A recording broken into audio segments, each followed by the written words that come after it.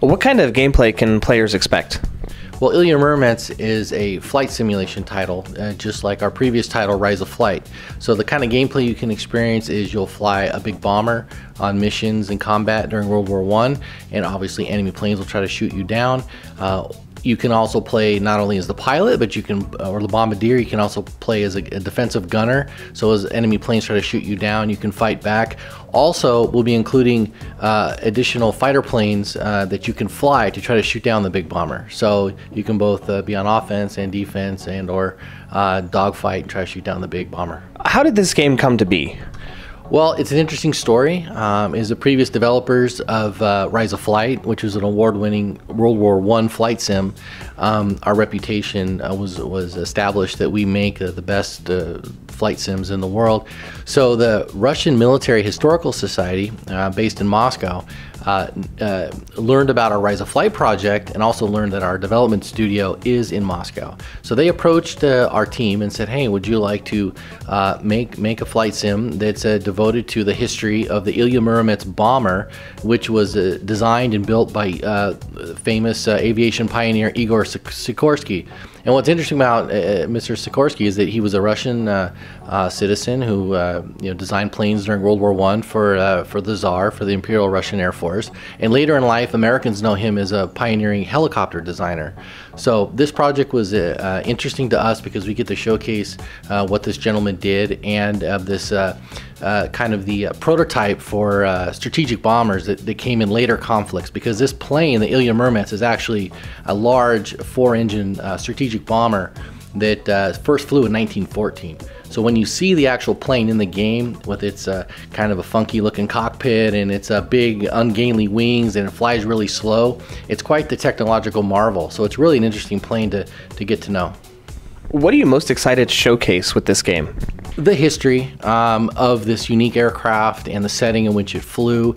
World War I was 100 years ago this year, and there are no more veterans alive that fought in the war.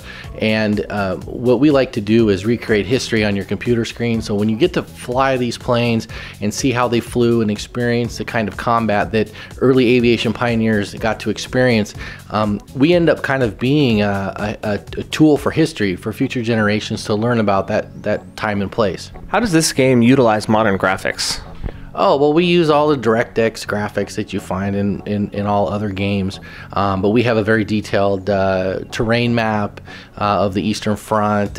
We have clouds that move across the sky and they cast shadows on the ground, and there's moisture in the air, there's wind, there's turbulence, there's smoke, there's fire. All the kind of graphical tricks that you see in other games are utilized in our game as well, except on a much grander scale, because we're not a shooter, we're a flight sim. So we have to cover hundreds of miles of terrain, and we have to make it interesting. So the sun moves across the sky, there's self-shadowing on the planes, there's particle effects, there's all kinds of graphical tricks that we use to put you in the cockpit and feel like you're really flying the plane.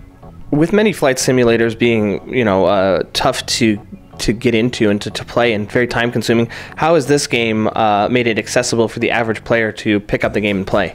Well, there's a couple new developments, but as always, we provide a quick mission builder, so users can get into the cockpit fairly quickly with a few clicks of the mouse, and we also have different difficulty levels that you can choose, whether the computer will help you fly the plane or manage certain systems that you may not want to fuss with, and with a few buttons, especially in these World War I planes, they're fairly easy to get to understand how to fly and how to operate. So it takes a little bit of practice to fly, but it's not hard to get in and get going. Also, Ilya Muromets is our first attempt at aircraft control other than a joystick. So you'll be able to use a mouse and a keyboard to fly the plane if you don't have a joystick set up, and actually give you a chance to fly successfully. Also, like I said, difficulty settings, quick mission builder, and mouse control combined to make the game quite accessible. With the $50 joystick or a mouse and keyboard, you'll be up and flying in no time. If I'm done flying the plane around, is there any way that I can just go around and shoot things or bomb things if I want to, and I don't want to worry about the flying portion? Well, you do kind of got to put a little bit of effort into finding your targets and shooting and blowing stuff up.